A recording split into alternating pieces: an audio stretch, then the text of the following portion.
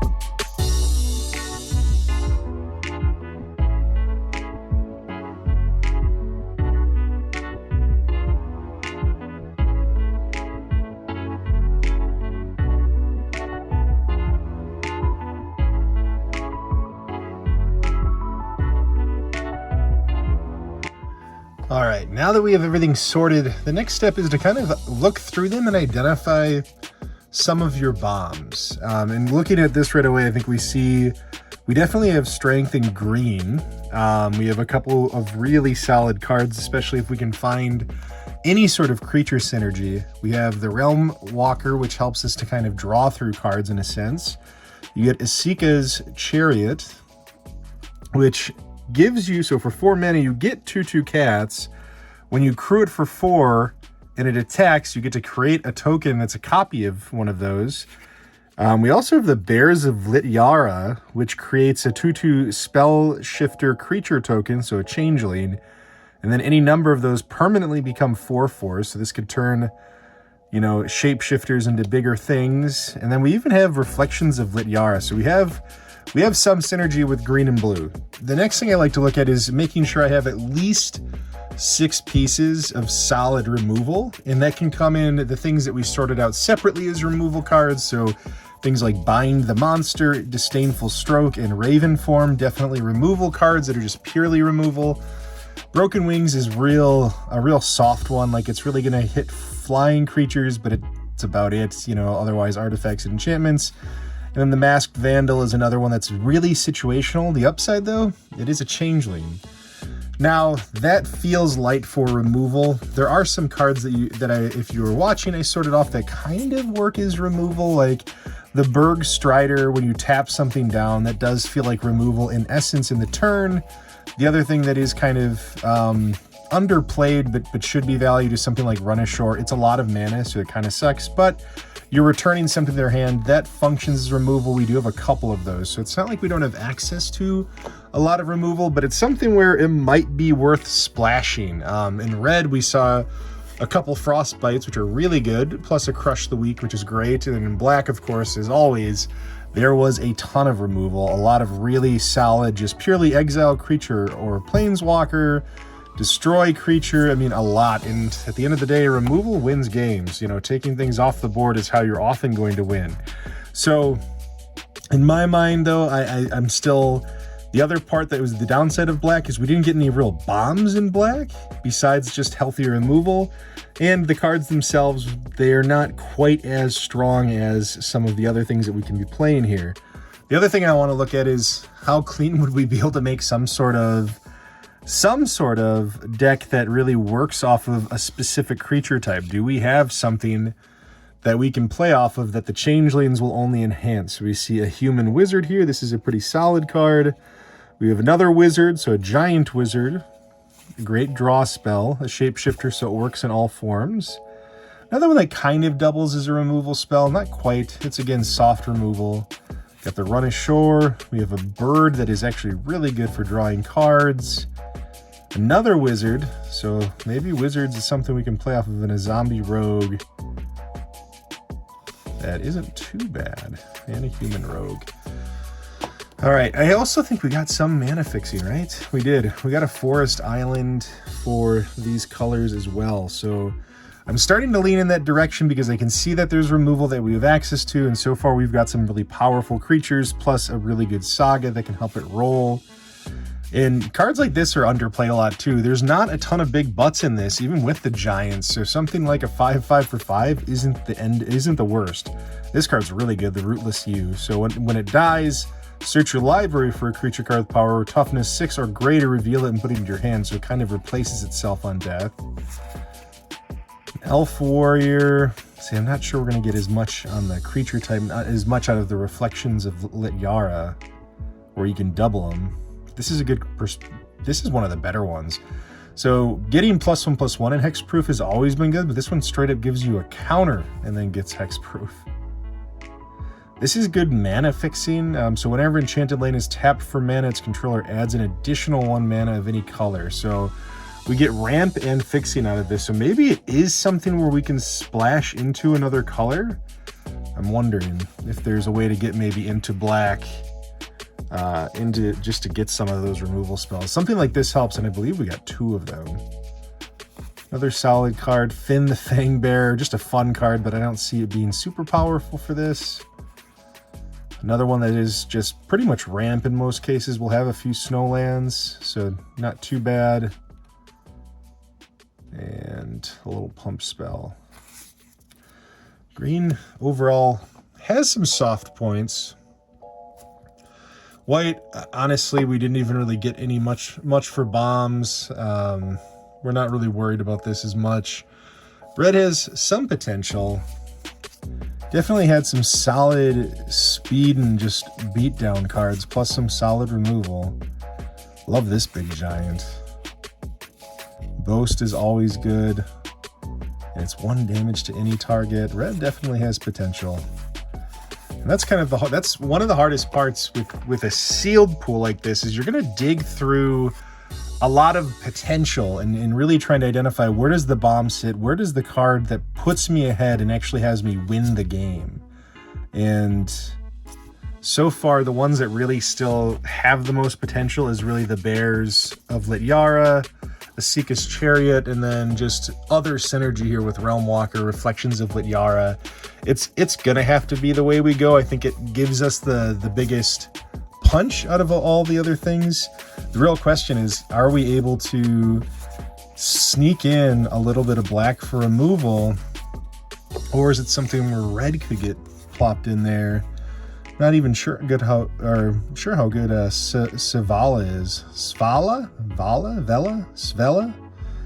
Create a colorless snow artifact, so it kind of has a little ramp ability. And then 7 mana or 8 mana, look at the top 4 cards of your library. You may cast a spell from among them without paying its mana cost, put the rest on the bottom. That is pretty solid. So this is where we could possibly see a way to splash red for removal, and for a really solid card like this, it also does a little bit of mana fixing for us. Let's see if our artifacts help us out here at all. So we got Raiders Carve, so crew for 3, it's a 4/4 that costs 3. When it attacks, look at the top card. If it's a land we can put into play, that's pretty solid. That's definitely worth considering. When Rune Crown enters the battlefield, you may search your library, hand, and or graveyard for a rune card. We're not really playing off of that. And then a Foretell Scarecrow. That's not bad, but also not needed, I think, in this case. So that is green-white. That is Rakdos. So the only land we really see value in is this one.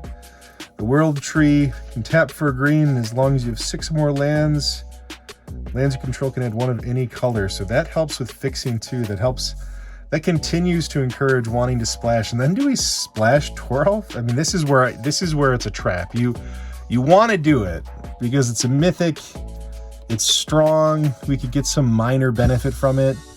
Maybe it's strictly worth it just for the hammer though. Like, as the God of Fury, honestly, 2 red when you're splashing red isn't going to pan out, but equipped creature is unattacked, it deals 3 damage to any target. I think that's where you play it, is the hammer is the answer here. So I think we've got it. I think we're going to go. So let's get these out of the way. Sorry, black, and all of your great removal. It's hard to say no to.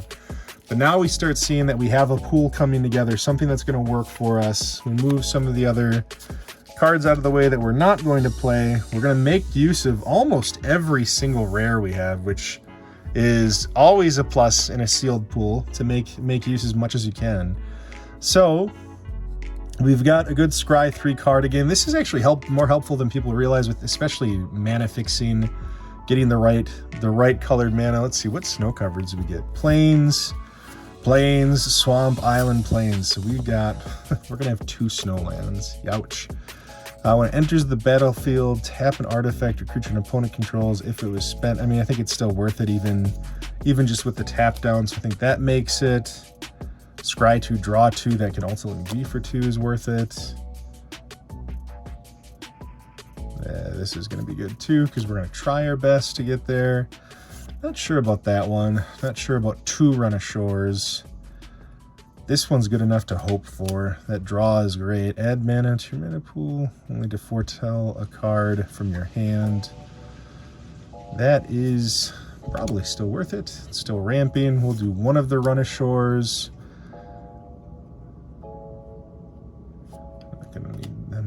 Well, might be worth taking something off somebody's top.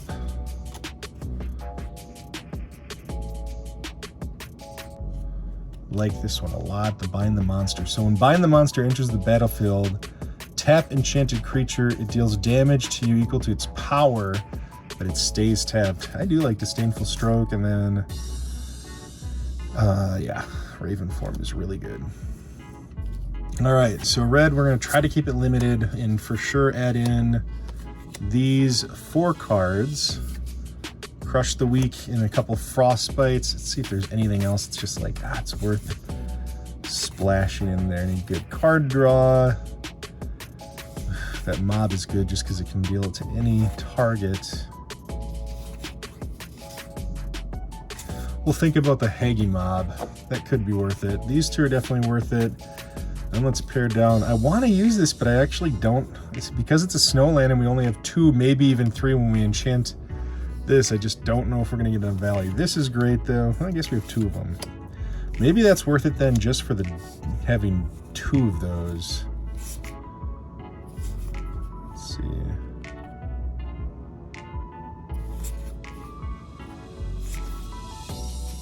Love this for protecting our creatures. Finn. All right, what does this look like? What do these cards, how many are we at? Reflections, I guess we may not play. Although getting to copy basically every single Changeling plus is probably good. This might be too many cards though. 1, 2, 3, 4, 5, 6, 7, 8, 9, 10, 11, 12, 16, 17, 18, 19, 20, 21, 22, 23, 24, 25. So we need to cut 2 cards to get it down to 23, which is definitely the sweet spot. I think we'll get rid of the Raiders. It's not totally needed.